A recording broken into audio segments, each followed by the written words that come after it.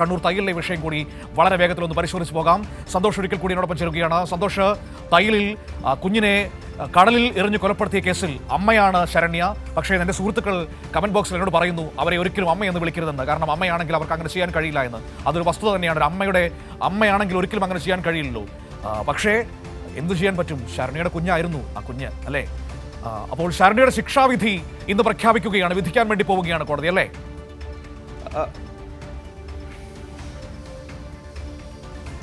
തീർച്ചയായും അനു, ഈ തിങ്കളാഴ്ച ഈ കേസ് കോടതി പരിഗണിച്ചപ്പോൾ അമ്മ ശരണ്യ കുറ്റക്കാരിയാണ്, കൊലപാതകം ചെയ്തത് ശരണ്യ കുറ്റക്കാരിയാണ് കൊലപാതക കേസിലെന്ന് കോടതി വിധിച്ചിരുന്നു. ശരണ്യക്കുള്ള ശിക്ഷയാണ് ഇന്ന് കോടതി വിധിക്കുക. പരമാവധി ശിക്ഷ നൽകണം എന്നാണ് പ്രോസിക്യൂഷൻ കോടതിയിൽ ആവശ്യപ്പെട്ടുള്ളത്.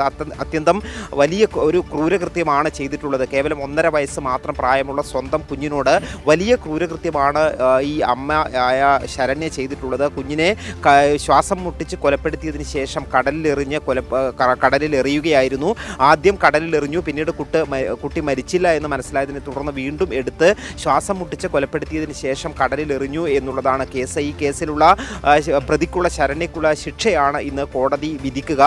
കഴിഞ്ഞ ദിവസം ഈ കേസ് പരിഗണിച്ചപ്പോൾ പരമാവധി ശിക്ഷ നൽകണം എന്ന് കോടതിയിൽ പ്രോസിക്യൂഷൻ ആവശ്യപ്പെടുകയും ചെയ്തിരുന്നു. ഇത് 2020 ഫെബ്രുവരി 17 ഈ സംഭവം.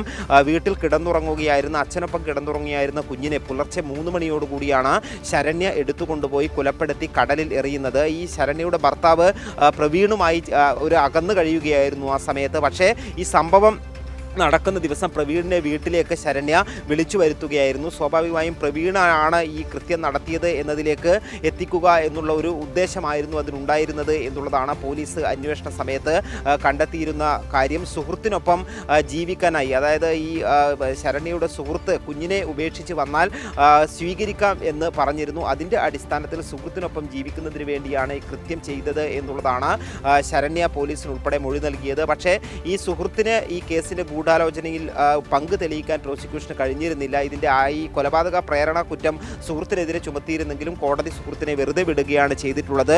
വലിയ ഒരു ചർച്ചാ വിഷയമായ നാടിനെ നടുക്കിയ ഒരു സംഭവത്തിലാണ് ഇന്ന് കോടതി പ്രതിക്കുള്ള ശിക്ഷ വിധിക്കുന്നത്. 11 മണിയോടുകൂടി ശരണ്യക്കുള്ള ശിക്ഷ എന്താണ് എന്നറിയാം. മനു, ശരി, ഓക്കെ, താങ്ക് യു സന്തോഷാണ് വിവരങ്ങൾ നൽകിയത്. ഏതായാലും ശരണ്യയുടെ ശിക്ഷാവിധി ഇന്നാണ് കുഞ്ഞിനെ കൊലപ്പെടുത്തിയ കേസിൽ.